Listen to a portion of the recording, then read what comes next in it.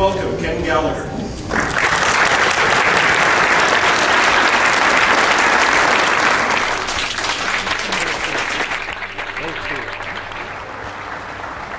Thank you. We sometimes get caught in the trap of the hypnosis of our own assumptions, and then what happens? Our perceptions become our subjective reality.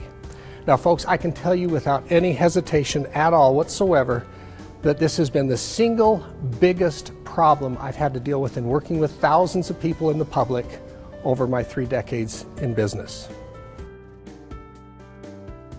You know, when Governor Gary Herbert invited our family to come to the Capitol to commemorate that achievement of having visited every city, township, and ghost town on the map in the state of Utah, one of his staff members asked me a question.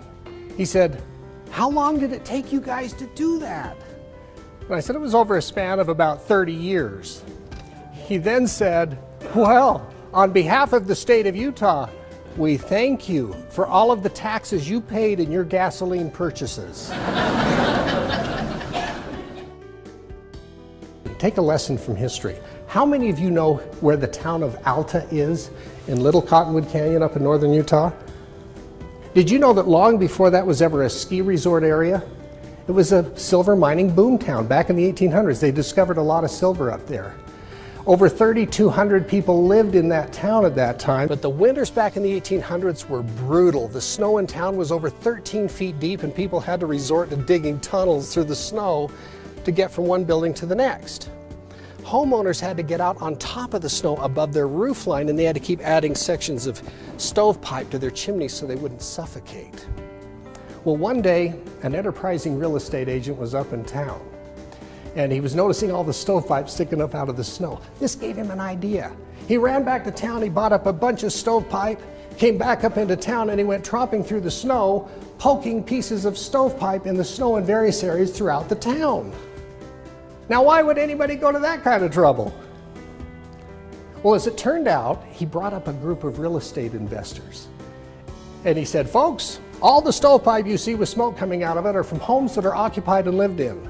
All the stovepipe you see with no smoke coming out are from homes that are vacant and up for sale. Who would like to buy?" Would you believe me if I told you that con artist sold every one of those homes, collected his money, and then skipped town? We don't have record he was ever caught. Can you imagine what those investors felt like when they came up after the spring melt-off and found that what they had purchased for their investment was nothing more than a piece of pipe laying on the ground? Assumptions are just like those phony pipes. They're not the real thing.